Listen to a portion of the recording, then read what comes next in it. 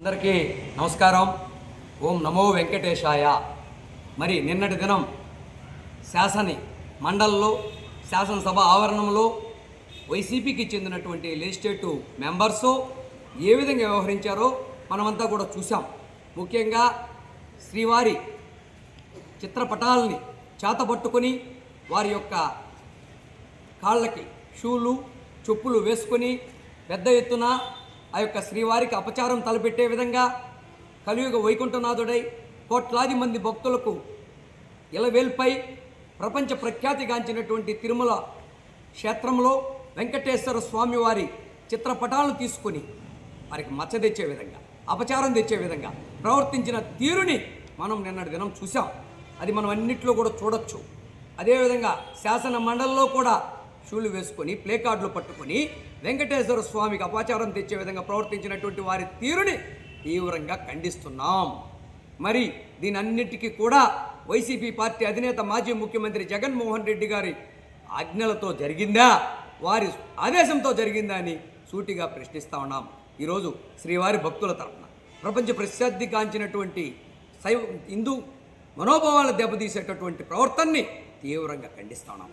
మరి దీనికి సమాధానం చెప్పాల్సిన బాధ్యత మాజీ ముఖ్యమంత్రిగా ఉండి వైసీపీ అధినేతగా ఉన్న జగన్మోహన్ రెడ్డి గారు ప్రజల మధ్యకు వచ్చి వెంకటేశ్వర స్వామి క్షేత్రానికి వచ్చి వారి ఎమ్మెల్సీల ద్వారా తీసుకొచ్చి మోకరెళ్ళి క్షమాపణ చెప్పాల్సిన బాధ్యత వారి మీద ఉందని ఈ సందర్భంగా డిమాండ్ చేస్తూ ఉన్నాం, మరి హెచ్చరిస్తున్నాం. మరి ముఖ్యంగా చెప్పుకుంటా పోతే 2019 ముందు ప్రధాన ప్రతిపక్ష నాయకుడు ఉన్నటువంటి జగన్మోహన్ రెడ్డి గారు షూలు వేసుకొని వెంకటేశ్వర స్వామి దర్శనానికి వెళ్ళడం జరిగింది. ఇటువంటి వారా హిందూ ధర్మాన్ని కాపాడేదని సూటిగా ప్రశ్నిస్తున్నాం.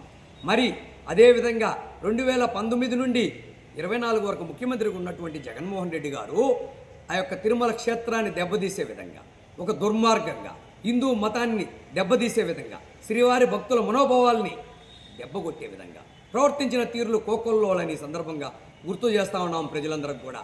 మరి వీరు తగుదునమ్మా అని ఈరోజు ప్రజల్లోకి వచ్చి ఏవంటవి అసత్యపు ప్రచారాల్ని, అబద్ధపు మాటల్ని విషంలాగా చొప్పించడానికి ప్రయత్నం చేయడాన్ని తీవ్రంగా ఖండిస్తున్నాం. ఎందుకంటే 2019-24 మధ్య కల్తీ నెయ్యి, రసాయనాలతో కూడినటువంటి నెయ్యిని తిరుమల పవిత్రతను దెబ్బతీసే విధంగా, వెంకటేశ్వర స్వామి యొక్క ప్రసాదాల నాణ్యత లేకుండా ఒక కలుషితము చేసినటువంటి వ్యక్తులు ఉన్నారంటే జగన్మోహన్ రెడ్డి హయాంలో ఉన్నటువంటి వ్యక్తులని ఈ సందర్భంగా ప్రజలందరికీ తెలియపరుస్తున్నాం. ఆ విషయాన్ని స్వతంత్రంగా సుప్రీంకోర్టు సిబిఐ సిట్ని రాష్ట్ర ప్రభుత్వం తరఫున నియమించడం జరిగింది.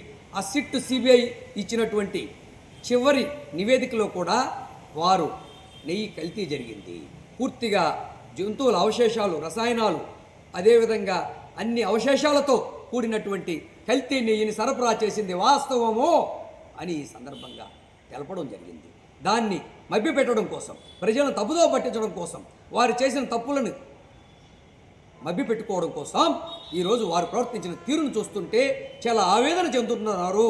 ఈరోజు ప్రపంచవ్యాప్తంగా ఉన్నటువంటి కోట్లాది మంది శ్రీవారి భక్తులు, అదేవిధంగా ఆ యొక్క వెంకటేశ్వర స్వామి యొక్క పవిత్రతను దెబ్బతీసే విధంగా ప్రవర్తించిన తీరుకు సంబంధించి కొన్ని ఉదాహరణలు చెప్పుకుంటా పోతే ఆ యొక్క క్రిస్టియన్ మత ప్రచారాన్ని చేసినటువంటి వ్యక్తి జగన్మోహన్ రెడ్డి ప్రభుత్వం కాదా?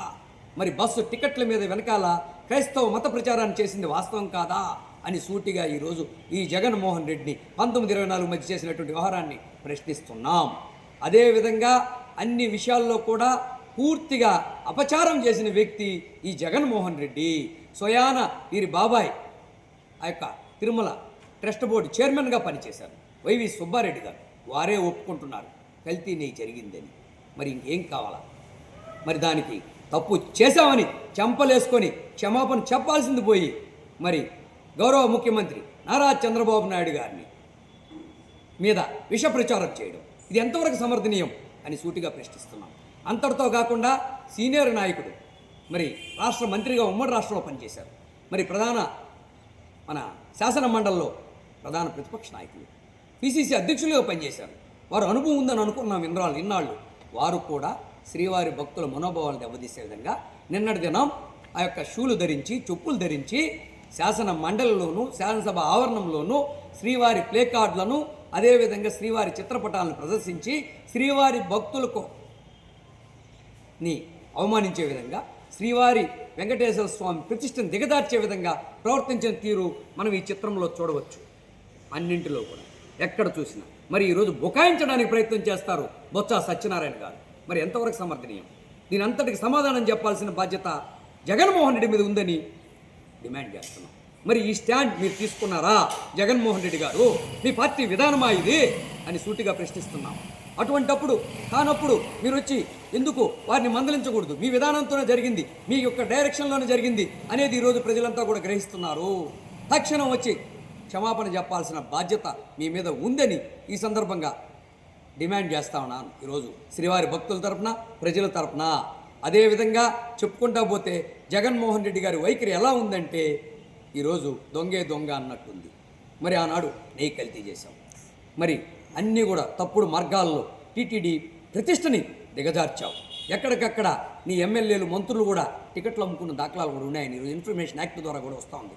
మరి ఇవన్నీ కూడా టీటీడీ ప్రతిష్టని భంగం కలిగించే విధంగా ప్రవర్తించారు మీరు అనేది సుస్పష్టమైన నివేదికల ద్వారా ఆ యొక్క సిబిఐ, అదేవిధంగా ఉమ్మడి సిట్టు, సుప్రీంకోర్టు ఆదేశాలతో చివరి నివేదికను కూడా అందజేయడం జరిగింది. మరి ఎక్కడికి పోతున్నారు జగన్మోహన్ రెడ్డి గారు?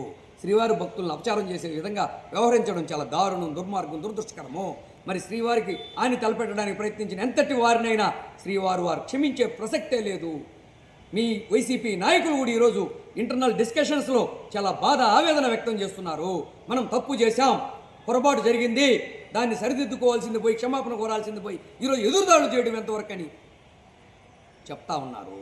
మరి మీరు కూడా గ్రహించి ఎదురుదాడులు ఆపి శ్రీవారి భక్తుల మనోభావాలు కాపాడే విధంగా శ్రీవారి మీద భక్తితో, భక్తి భావంతో వచ్చి నీ ఎమ్మెల్సీలని, నీ నాయకులను తీసుకొచ్చి మోకరెళ్ళి శ్రీవారికి తలనీలాలు సమర్పించి క్షమాపణ కోరాల్సిందిగా తెలుగుదేశం పార్టీ తరఫున, శ్రీవారి భక్తుల తరఫున డిమాండ్ చేస్తా ఉన్నాను. మరి అదేవిధంగా చెప్పుకుంటా పోతే జగన్మోహన్ రెడ్డి గారు చాలా దారుణమైనటువంటి పత్రికను నడుపుతా ఉన్నారు. సత్యమేవ జయతని అసత్యాలను రాయబడేటటువంటి సాక్షి పత్రికను నడుపుతా ఉండడం, దాంట్లో హెరిటేజ్ మరి చంద్రబాబు నాయుడు గారి కుటుంబం, భువనేశ్వరమ్మ గారు నీతి నిజాయితీ నిబద్ధతతో పారదర్శకంగా నడుపుతా ఉన్నారు. దాన్ని తీసుకొచ్చి లాగడం, దాన్ని కూడా తీవ్రంగా ఖండిస్తా ఉన్నాను.